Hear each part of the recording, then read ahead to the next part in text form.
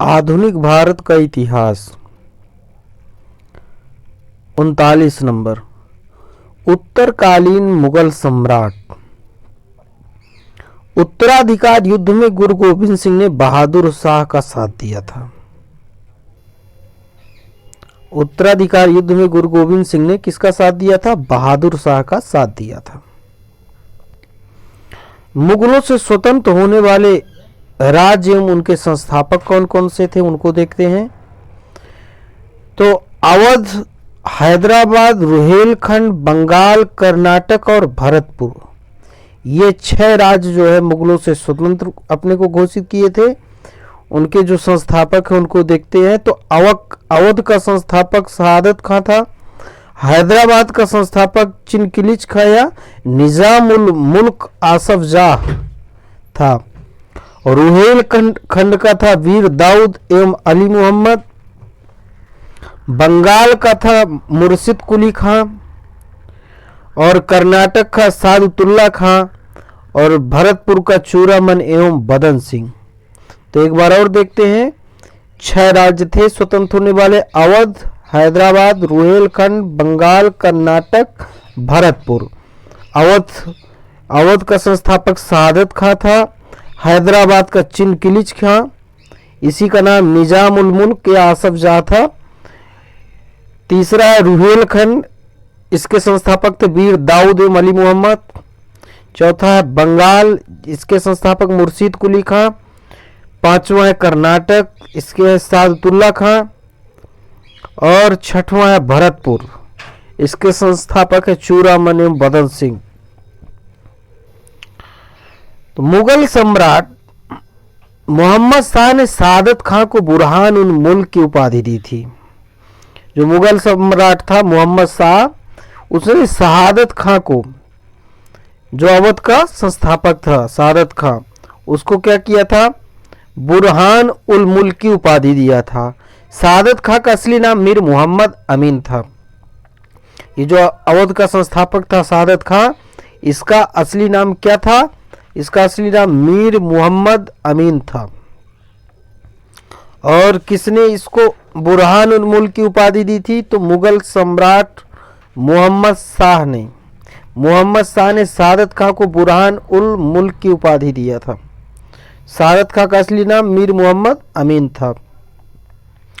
बहादुर शाह का पूर्ण नाम क्या था? तो बहादुर शाह का पूर्ण नाम मुअज्जम था। बहादुर शाह का मुअज्जम किसका पूर्ण का नाम था? तो बहादुर शाह का नाम था। बहादुर शाह को शाह-ए खबर के नाम से पुकारा जाता है। बहादुर शाह को शाह-ए खबर के नाम से भी पुकारा जाता है। तो बहादुर खां की 2 बातें हो गई। एक तो इसका नाम मुअज्जम था पूर्व का नाम, और इसको शाह खबर के नाम से पुकारा जाता है। जहांदार शाह अपने काल में लाल कुमारी नाम की वेश्या को हस्तक्षेप करने का आदेश दे रखा था। जहांदार ने लाल कुमारी नामक एक वेश्या थी, उसको अपने शासन काल में हस्तक्षेप करने का आदेश दे रखा था। इतिहासकालीन मुगल कालीन इतिहास में सैयद बंधु अली हुसैन खां एवं अब्दुल्ला खां को शासक निर्माता के रूप में जाना जाता है। मुगल कालीन इतिहास में हुसैन अली खां और अब्दुल्ला खां को शासक निर्माता के रूप में जानते, इन्हें सैयद बंधु भी कहा जाता था। ये जहांदार शाह को लंपट मूर्ख भी कहा गया है। यह जहांदार शाह वही है जिसने लाल कुमारी नामक वेश्या को अपने राज्य में हस्तक्षेप करने का आदेश दे रखा था। इसी जहांदार शाह को इसीलिए क्या कहते थे? लंपट मूर्ख। फर्रुखसियर को मुगल वंश का घृणित कायर कहा गया है। घृणित कायर मुगल वंश का किसको कहा गया है? तो मुगल वंश का घृणित कायर फर्रुखसियर को कहा गया है। लंपट मूर्ख किसे कहा गया है? जहांदार शाह को कहा गया है। क्यों? क्योंकि इसने लाल कुमारी वेश्या को अपने दरबार में हस्तक्षेप करने का आदेश दे रखा था कि वो हस्तक्षेप कर सकती थी। और बहादुर शाह को शाह खबर कहते थे। शाह खबर। फर्रुखसियर को मुगल वंश का घृणित कायर कहा गया है। सुंदर युवतियों के प्रति अत्यधिक रुझान के कारण मोहम्मद शाह को रंगीला बादशाह कहा जाता था। सुंदर युवतियों के प्रति इसका रुझान अधिक था, इसलिए मोहम्मद शाह को क्या कहा जाता था? रंगीला बादशाह।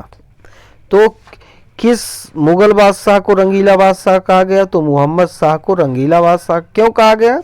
क्योंकि जो सुंदर युवतियां थी उनके प्रति इसका रुझान अत्यधिक था, इसलिए इसको रंगीला बादशाह कहा गया। यह एक संगीतकार के रूप में मोहम्मद शाह ने अनेक ख्यालों की रचना की।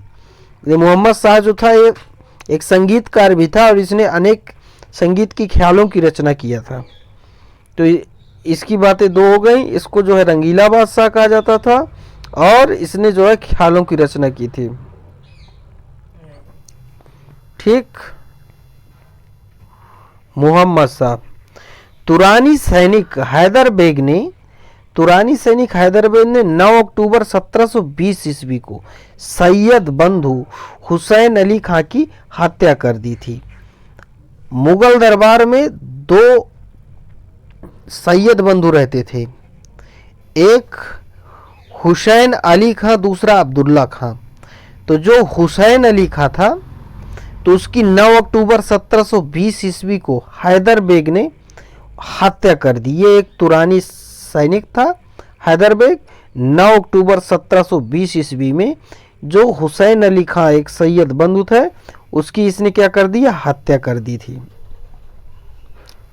आगे अब देखते हैं। तो मोहम्मद शाह के शासनकाल में ही हैदराबाद के चिनकिलिच खां ने निजाम उल मुल्क की उपाधि धारण की। यह हैदराबाद का चिनकिलिच खां वही है जिसने हैदराबाद राज्य को स्वतंत्र घोषित किया था। इसने निजाम उल मुल्क की उपाधि भी धारण की और 1725 ईस्वी में स्वतंत्र राज्य की स्थापना की। तो हैदराबाद राज्य की स्वतंत्र स्थापना किसने की? चिनकिलिच खां ने की। कब की? 1725 में की। और किससे अलग किया? तो मुगल शासन से अलग किया। हैदराबाद की स्थापना तुरानियों ने एवं अवध की स्थापना ईरानियों ने की। जो हैदराबाद की स्थापना किया था तो वो तुरानियों ने की थी और अवध की स्थापना किसने किया था? ईरानियों ने किया था। ईरान, जो कि फारस भी कहते हैं ईरान को, तो ईरान का सम्राट नादिर शाह ने 1739 ईस्वी में दिल्ली पर आक्रमण किया। नादिर शाह कहाँ का था? यह ईरान का था, जो कि फारस के नाम से भी जाना जाता है, और उसने 1739 ईस्वी में दिल्ली पर आक्रमण किया। उस समय दिल्ली का शासक मोहम्मद शाह था। तो प्रश्न ये बन सकता है कि नादिर शाह ने जब दिल्ली पर शासन किया तो उस समय दिल्ली का शासक कौन था? तो दिल्ली का शासक मोहम्मद शाह था। इसी को मोहम्मद शाह को रंगीला बादशाह भी कहा जाता था। 1739 में इसने दिल्ली पर आक्रमण किया। नादिर शाह को ईरान का क्या कहा जाता है? नेपोलियन कहा जाता था। नादिर शाह को ईरान का नेपोलियन कहा जाता है। नादिर शाह लगभग 70 करोड़ रुपए की धनराशि और शाहजहां का बनवाया हुआ तख्ते ताउस, पीकॉक थ्रोन तथा मयूर तथा कोहिनूर हीरा लेकर फारस वापस लौट गया। जो नादिर शाह आया तो 70 करोड़ रुपए की धनराशि ले गया और अपने साथ में जो है मयूर सिंहासन, जिसको तख्ते ताउत कहते थे, शाहजहां ने इसको बनवाया था, उसको ले गया और अपने साथ कोहिनूर हीरा लेकर के फारस वापस लौट गया। तो 70 करोड़ की धनराशि, कोहिनूर हीरा, तख्ते ताउत, सिंहासन लेकर के फारस लौट गया। तख्ते ताउत मयूर सिंहासन पर बैठने वाला अंतिम मुगल शासक कौन था? मोहम्मद शाह। क्यों? क्योंकि इसी के शासनकाल में आक्रमण होता है, तो अंतिम शासक यही रहेगा उस पर बैठने वाला। तो मोहम्मद शाह जो है अंतिम शासक था, मोहम्मद शाह रंगीला। शाह आलम द्वितीय, जिसको अली गौहर कहते हैं, के शासनकाल में 1803 ईस्वी में अंग्रेजों ने दिल्ली पर कब्जा कर लिया था। तो अली गौहर शाह आलम द्वितीय के शासनकाल में 1803 में अंग्रेजों ने क्या कर लिया था, दिल्ली पर कब्जा कर लिया था। ये बड़ा महत्वपूर्ण है। शाह आलम द्वितीय के शासनकाल में क्या हुआ, दिल्ली में कब्जा हुआ। कब हुआ, 1803 में हुआ। पानीपत का तृतीय युद्ध जो है बहादुर शाह नहीं, पानीपत का तृतीय युद्ध 1761 ईस्वी में हुआ था। किसके मध्य हुआ था, मराठा एवं अहमद शाह अब्दाली की सेना के बीच में हुआ था। ये मराठाओं और अहमद शाह अब्दाली की सेना के बीच में पानीपत का तृतीय युद्ध 1761 ईस्वी में हुआ। इस युद्ध में मराठों की हार हुई थी। तो ये पानीपत का तृतीय युद्ध भी बड़ा महत्वपूर्ण है। अब देखते हैं उत्तरकालीन मुगल सम्राट क्रम से। तो सबसे पहले इधर आएगा उत्तरकालीन मुगल सम्राट में बहादुर शाह, फिर जहांदार शाह, फर्रुख सियर, मोहम्मद शाह, अहमद शाह, आलमगीर द्वितीय, शाह आलम द्वितीय, अकबर द्वितीय, बहादुर शाह जफर। तो ये कालक्रम है। बहादुर शाह 1707 से 1712, जहांदार शाह 1712 से 1713, फर्रुख सियर 1713 से 1719, मोहम्मद शाह 1719 से 1748, अहमद शाह 1748 से 1754, फिर आलमगीर द्वितीय 1754 से 1759, फिर शाह आलम द्वितीय 1759 से लेकर के 1806, फिर अकबर द्वितीय 1806 से लेकर के 1837 ईस्वी, और अंतिम फिर है बहादुर शाह जफर 1837 से 1857। तो इस प्रकार ये मुगल बादशाह की लिस्ट है। अब बात करते हैं अहमद शाह अब्दाली का वास्तविक नाम क्या था।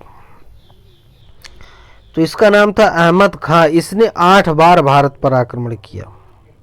अहमद शाह अब्दाली ने 8 बार भारत पे आक्रमण किया था और इसका वास्तविक नाम था अहमद खां। गुलाम कादिर खान ने 1806 ईस्वी में शाह आलम द्वितीय की हत्या करवा दी। शाह आलम द्वितीय की हत्या किसने करवा दी, तो गुलाम कादिर खान ने 1806 में जो है शाह आलम द्वितीय की हत्या करवा दी। बहादुर शाह द्वितीय, जिसका नाम जफर भी है, अंतिम मुगल सम्राट था। 1857 की क्रांति में भाग लेने के कारण अंग्रेजों द्वारा बहादुर शाह जफर को बंदी बना लिया गया और इसको रंगून भेज दिया गया। यह अंतिम मुगल बादशाह था। लाल किला स्थित हीरा महल बहादुर शाह जफर ने बनवाया था। मशहूर शायर मिर्जा गालिब बहादुर शाह जफर के ही समय दिल्ली में रहते थे। तो मिर्जा गालिब किस मुगल बादशाह के समय के हैं, तो बहादुर शाह जफर के समय। हयात बख्श बाग, ये लाल किला दिल्ली में स्थित है। हयात बख्श बाग कहाँ है, तो ये लाल किला दिल्ली में है। लाल किला स्थित हीरा महल, इसका निर्माण किसने करवाया था, बहादुर शाह जफर ने। तो इस प्रकार से उत्तरकालीन मुगल इतिहास था। अगले चैप्टर में पुनः मिलेंगे।